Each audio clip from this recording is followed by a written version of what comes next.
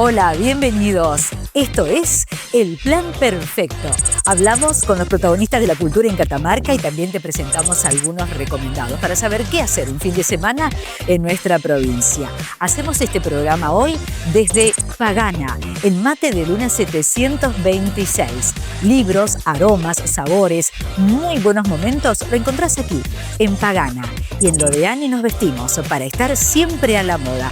Gracias, así la encontrás en las redes, en Lo de Ani. Vení, entrá con nosotros, hacemos juntos el plan perfecto. En el plan perfecto nos proponemos dar unas pinceladas o tal vez, participar en una intervención con distintos elementos para conformar una gran obra de arte. Pero mejor le pidamos la palabra a los especialistas, al licenciado en artes visuales, especialista en pintura, Juan Espolidor. ¿Cómo estás, Juan? Un placer tenerte en el plan perfecto. Bueno, muchísimas gracias por invitarme.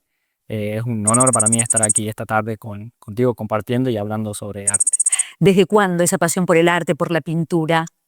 Y mira, te podría hablar de la pintura más en general o del arte en general, es más que de la pintura. La pintura viene muy tarde, bueno, no tarde porque llega en la adolescencia, ¿no? Pero bueno, cuando era chico siempre tenía esto de juntar diferentes materiales de descarte que había en casa y conformar diferentes objetos y imaginar a través de ellos, ¿no? Y bueno, poco a poco eso fue llevándome por el camino del dibujo, ¿no? Experimentar por el dibujo. Uno cuando ve a un niño que tiene ciertas habilidades lo busca perfeccionar. Sobre todo en mi familia, mi padre era el que me incentivaba mucho, ¿no? No solo al dibujo, a perfeccionar el dibujo, sino también a crear, ¿no? A imaginar. No sé, veíamos siempre manchas por cualquier lado, la pared olía, ¿no?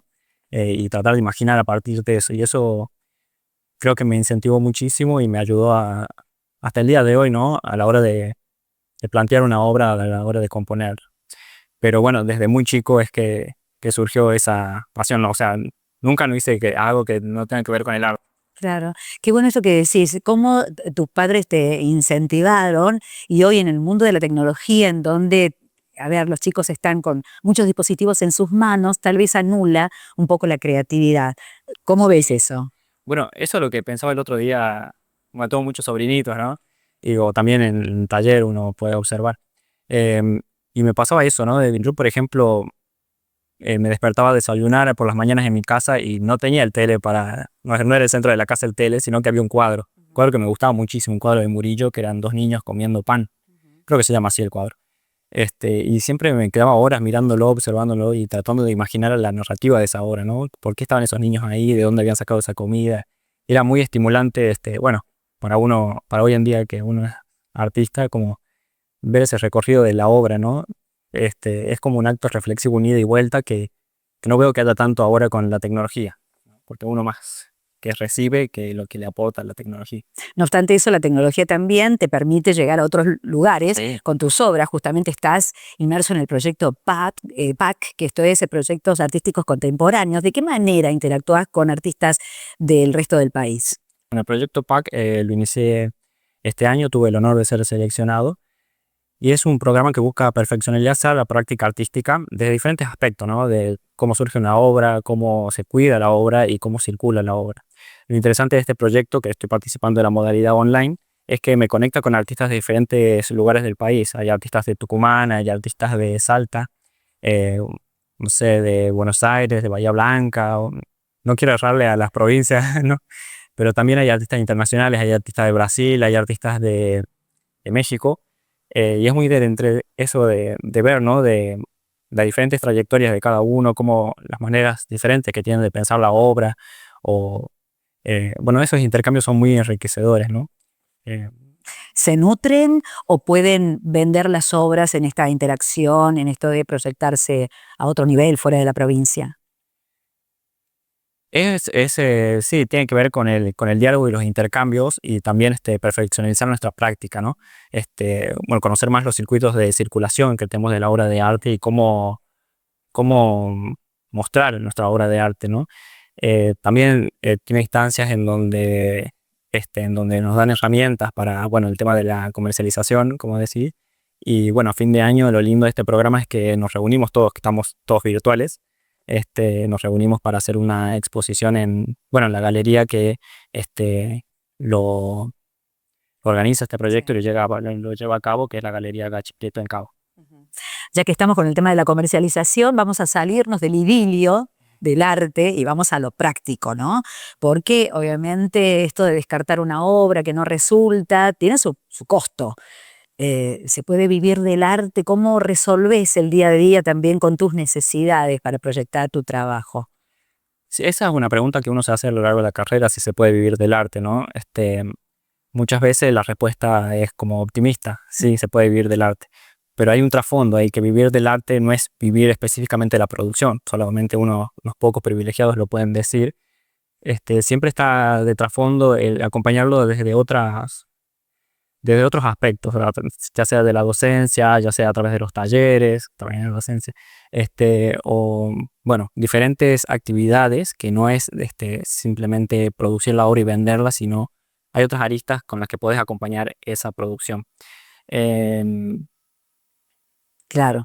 Me olvidé. Está bien, es ver de qué manera se puede comercializar eso y de qué manera lo resolver, ¿no? Acompañarlo. Y acompañarlo. Acompañarlo, porque Está es bien. un mercado muy chico, el del mercado de la obra de arte, porque bueno, uno siempre que le consultan el precio, el valor de una obra de arte, le dice un precio y por ahí puede sonar descabellado, pero no es que uno se levanta de un día a la mañana y hace una obra y tiene esa rapidez, ¿no? O la disponibilidad de los materiales y todo lo demás para hacer una obra y tener un stock como si fuera una industria, una empresa. Claro. Lleva un tiempo largo que es de experimentación, de aprendizaje de las diferentes técnicas, también de investigación, ¿no? De las diferentes temáticas que uno aborda, así que Claro. un trasfondo. No es fácil, como decías, no es de un momento para otro, pero si te encargan una obra, ¿te ha tocado esa situación de que te encarguen una obra y te pongan un plazo, X tiempo para resolverlo?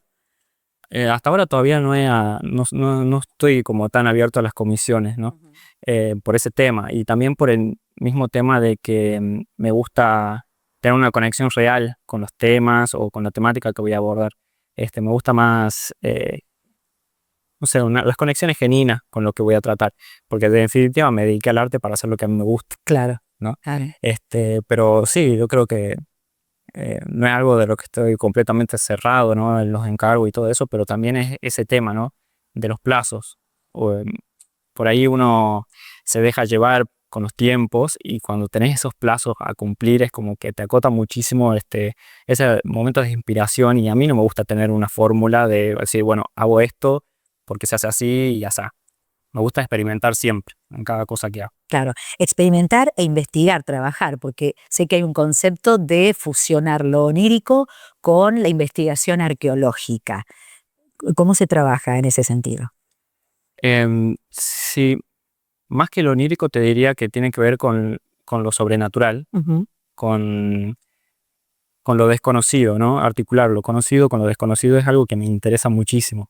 Debe ser que también tiene que ver con mi conexión con el arte, que se da a través de espacios alternativos a los que son las bellas artes en sí mismas, como es los museos de arqueología y los cementerios, ¿no? El simbolismo que había allí, bueno, las técnicas que también se podían observar en los diferentes lugares era lo que me condujo a mí de alguna u otra manera hacia las artes. Entonces, estos lugares tenían que ver mucho con eso, ¿no? Con el mundo celestial y el mundo terrenal, lo conocido y lo desconocido, y es aún lo que me interesa abordar. Bien, y eso se proyecta, hay compañeros o personas que vienen detrás, nuevas generaciones que vienen absorbiendo lo que vos como licenciado en artes visuales y también explorando un poco de a poquito la docencia, ¿se contagia? ¿Qué te dicen los más jóvenes? ¿Hay esa comunicación de interés por tu trabajo? Vos sabés que me pasa de que, bueno, diferentes talleres que estuve dando, talleres de dibujo, o cuando estoy en contacto con los más jóvenes, me pasa de no encontrarme tanto con gente motivada por seguir el camino artístico, ¿no? Es como más recurrente esto de que la gente va para distenderse un poco, ¿no? Con el arte, para, bueno, experimentar un poco las diferentes técnicas, pero no hay una proyección de esas diferentes técnicas, o a ver las diferentes técnicas de dibujo o artística. A mí me pasaba que cuando empecé los talleres sí lo tenía muy en claro, o sea, fui a aprender la técnica que yo quería porque quería ser un artista, digamos. Así que no se da tanto, o por lo menos no tuve hasta ahora, hasta el momento, de esa experiencia. Claro. Tal vez no les pasa lo que te pasó a vos, ese adolescente que empezó a explorar alrededor de la casa con todos los elementos que se le presentaban y después decidiste darle un marco profesional, hacer una carrera. Ujú. Eso está bueno también contagiar, ¿no? Sí. Y cómo vivís esa experiencia desde la licenciatura y ahora también, ¿no? Eh, Metiéndote más en el tema pedagógico para poder hacer este trayecto de profesorado. ¿Cómo se contagia? Mm.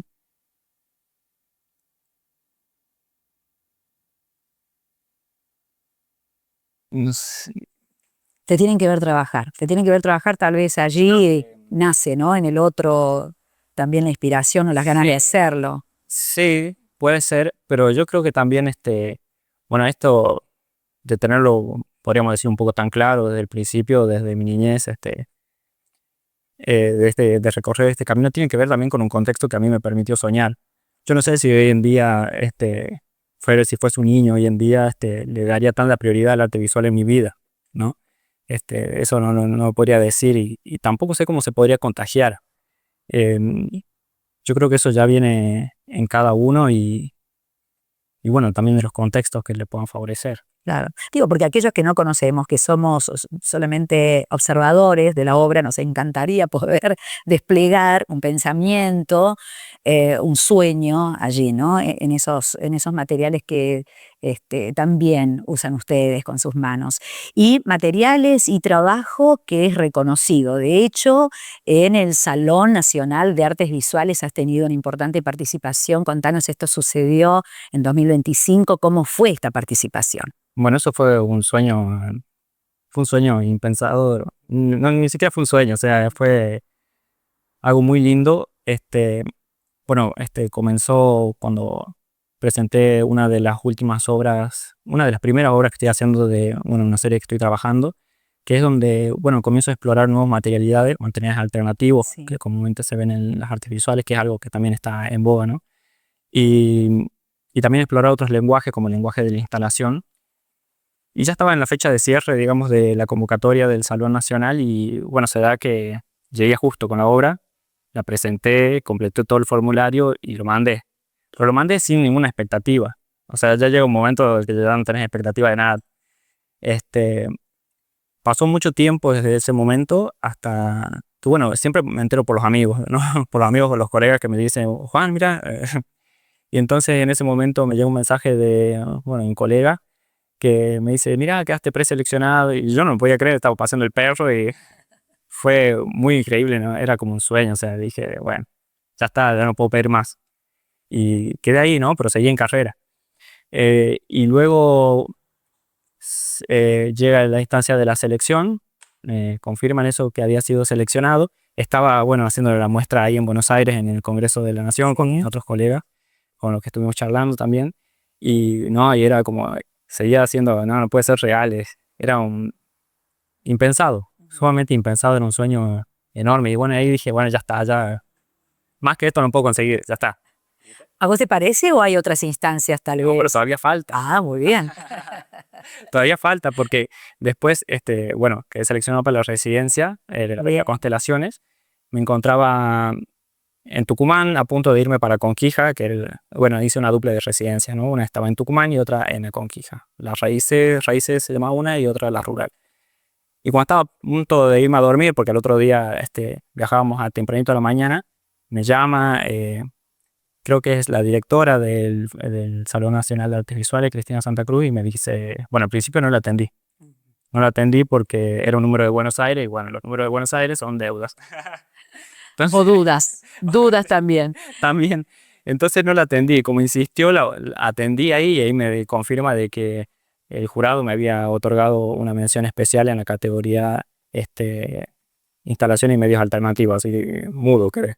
No podía creer. Más sorpresas todavía. Sí, no, ¿Y qué significa para un artista que va creciendo, emergente, este tipo de reconocimientos? y significa un montón porque imagínate que uno, desde que comencé a producir, no siempre uno tiene reconocimientos, ¿no? O nunca, o no es que siempre queda seleccionado en todo lo que se presenta y no tengo la vaca atada. Mm. Entonces, un reconocimiento de esa magnitud es como podría decirse como un alivio o una linda recompensa, ¿no? Ante tanto trabajo que uno viene Claro. realizando. Es muy lindo recibir ese tipo de reconocimiento porque también te impulsa, te motiva a seguir, ¿no? A seguir explorando, a seguir investigando, a seguir inmerso en el arte, ¿no? Claro. Sos muy joven, pero de hecho desde muy chico trabajando y también más allá de esta participación en el Salón Nacional con muestras colectivas o individuales. ¿Cuáles fueron las últimas? ¿Con qué resultados? Estuviste en Córdoba, también en Catamarca, Museo Laureano Brizuela. ¿Han sido muy buenos resultados los que has obtenido con estas muestras? Sí, o sea, las muestras me abrieron un montón de puertas, ¿no? Mi primera muestra fue aquí en Catamarca, a pesar de que yo viví en Córdoba, tuve mi primera muestra aquí, post pandemia. Sí. Debe ser en el año 2022, 2021, por ahí, con la muestra de arte emergente, que era una muestra muy linda también porque me permitía a mí conocer el circuito del arte aquí de Catamarca, conocer los diferentes artistas. Yo no conocía a nadie y me dieron la oportunidad de formar parte de esa muestra. Así que ahí pude conocer a muchos artistas de Catamarca y esa muestra es donde tengo ahora mis colegas y mis amigos, ¿no? Así que es una muestra que recuerdo con mucho cariño. Luego sí tuve mi muestra en Córdoba, en el Centro Cultural Casona Municipal, que fue una muestra individual donde presenté mi tesis. Mi tesis abordé el tema de los ritos funerarios. Me interesaba mucho porque tenía esta doble cara. Por un lado es un hecho social, que me encanta a mí esos lazos de contención, de compañerismo, de calidez que hay entre unos y otros, pero a la vez la idea de la muerte era como un lienzo en blanco, ¿no? Tanto para alguien que está en el arte como para alguien que fuera del arte. Siempre pensar en lo que viene después es como imaginar de alguna manera, ¿no? Es como un lienzo en blanco. Entonces me parecía una buena idea tomar esa temática para explorar aún más la composición, la capacidad inventiva. Así, y después de eso eh, se da que sale, bueno, el concurso de proyectos expositivos de aquí de la provincia, donde quedo seleccionado y llevo adelante la muestra Fenecer, que en esa muestra reuní toda la producción reciente que tenía, ¿no? Que eran dos series, una se llamaba Silo y otra se llamaba Monumental Metafísico Ritual, que era de mi tesis. Se dio, no sé, no fue pensado esa unión, ¿no? Si eran dos series diferentes, pero a la vez no tanto, porque eran como una continuidad. Y eso me di cuenta cuando estaba armando la muestra, ¿no? Así lo trataba sobre la vejez, sobre los últimos años de vida, podríamos decirle, pero también estaba enfocado mucho en ese acompañamiento, ¿no? Que hay hacia el otro y también como una advertencia, ¿no? Como este tiempo que estamos viviendo, si lo estamos viviendo conscientemente o si nos estamos dejando llevar por la vorágine de la vida, ¿no? Y conectado con lo que viene después, ¿no? También con esos lazos de contención que había en el ritual de Monumental Metafísico Espiritual, era como que congeniaban muy bien, perfectamente, era como una continuidad, sin pensar, como todo un relato. Y planteé la muestra de ese lado, como un relato, y ahí me di la oportunidad también para llevar adelante mis primeros pasos al lenguaje instalativo, ¿no? Porque, bueno, había unas salas que eran instalaciones y la primera vez que hacía, y ese también fue el puntapié para realizar la obra que vengo realizando ahora. ¿Cómo es la obra que estás realizando ahora? ¿Trabajo tridimensional? ¿Cómo lo Realmente estoy estás trabajando, planteando? sí, a través de esculturas, pensando en el lenguaje instalativo y también explorando materiales como la mica, Ujú. ¿no? Estoy muy centrado en ese material porque, bueno, uno camina por Catamarca y la encuentra por todos lados, ¿no? Desde la calle o si va por la montaña la encuentra en los senderos y siempre es como pequeña. Es como que podría decirte como hasta insignificante, pero Ujú. es un material súper precioso que siempre llama la atención. Bueno, yo colecciono piedras, por decirte, y siempre que voy a las montañas me traigo una piedra o comica o por el estilo. Y siempre me preguntaba de cómo la podrían haber utilizado los, los pueblos de aquí, ¿no? Original, sí. ¿Mm? Las culturas, Originarios. sí, pueblos Ujú. originarios, las culturas que nos preceden a nosotros. Y no encontraba mucho más que la habían utilizado como material para permitir que la cerámica no se agriete, ¿no? Como para garantizarle esa seguridad a la cerámica, pero nunca la había encontrado con su dimensión simbólica, podríamos decirlo, como sí lo tienen otros materiales. Era como que estaba completamente despojada de misterio en cualquier lado que la encontraba. Entonces me propuse eso, ¿no? Como crear un relato en donde la mica sea la protagonista y sea como un material, ¿no? Que pueda mediar entre el cielo y la tierra, ¿no? Como las hierofanías. Así que en eso es lo que estoy trabajando ahora, construyendo todo un relato a partir de ese material como enlace entre lo sobrenatural y lo natural, y lo terrenal y lo celestial. Bien. Me contaste que te has vuelto más organizado tal vez con esta participación en PAC o en otras propuestas, ¿no? Entonces, hablemos de un catálogo. Podemos determinar que hay un catálogo importante de Juan Hispolidor. ¿A dónde te pueden ver? ¿Cómo pueden seguir tu obra? Y pueden seguir mis obras a través de mis redes. Sí, tengo un catálogo, no tengo tantas obras como parece, pero sí, bueno, no son tantas obras. Y sí, siempre está disponible para que lo quiera consultar y también las financiaciones, ¿no? No es que por ahí uno ve de golpe los precios de la obra de arte y eso es un montón, pero siempre se puede acceder de diferentes maneras. ¿En redes cómo te encuentran? Como Juan Hispolidor. Juan Spolidor. Gracias, Está Juan. bien un tema. Muchísimas gracias. Así lo encuentran en redes, así lo vieron en El Plan Perfecto, hablando acerca de su trabajo, de su arte. Juan Hispolidor, licenciado en Artes Visuales, especialista en pintura, pasó por El Plan Perfecto. Sí, por supuesto. Sí, allí nos encontramos. Sucede que es un imperdible del fin de semana visitar el Museo de la Virgen del Valle. Está ubicado en calle República 449, en donde antes funcionaba el Obispado Diocesano. Es un espacio de arte religioso, pero contiene mucha riqueza social, histórica, artística, arquitectónica. Con entrada libre y gratuita y con la posibilidad de que guías te conduzcan por el lugar, podés visitar el Museo de la Virgen del Valle de lunes a viernes, de 8 a 13 y de 16 a 21 horas. O bien, sábados, domingos y feriados entre las 10 y las 20 horas. No te lo puedes perder. El Estudio Superior de Danzas Españolas, que dirige la profesora Lili Marqués, nos van a hacer disfrutar este sábado 30 de mayo de 45 años con la danza. La cita es en el Complejo Urbano Girardi a partir de las 21 horas. Las entradas las podés retirar en San Martín 768. O bien te comunicás al 3834-022603. Habrá invitados especiales, un imperdible para el fin de semana. Quiero saber a dónde voy a encontrar el pensamiento y las realizaciones de los distintos referentes de la cultura de Catamarca. Ya lo sé, en Gaceta Catamarcana, esta revista que ya lleva 3 años y 19 números emitidos en formato digital. Con toda la pasión, con mucho sacrificio y con mucho empuje, el escritor, poeta, músico y médico catamarqueño Juan Manuel Rivera forma esta revista, diseña y reúne todo el contenido para que ustedes puedan disfrutarlo. De hecho, la revista ya ha trascendido territorio argentino porque se lee en algunos lugares de España, de Australia y de Estados Unidos. En formato flipbook de fácil lectura, Gaceta Catamarcana la encontrás en el Facebook de Juan Manuel Rivera. Hicimos junto a vos El Plan Perfecto. Nos ves a través del canal de YouTube de Catamarca Radio y Televisión el viernes a partir del mediodía. Si no, en la pantalla de Catamarca Radio y Televisión, también el viernes a partir de la hora 16. No te olvides de darle like a este video y dejarnos tus comentarios. Será hasta la próxima.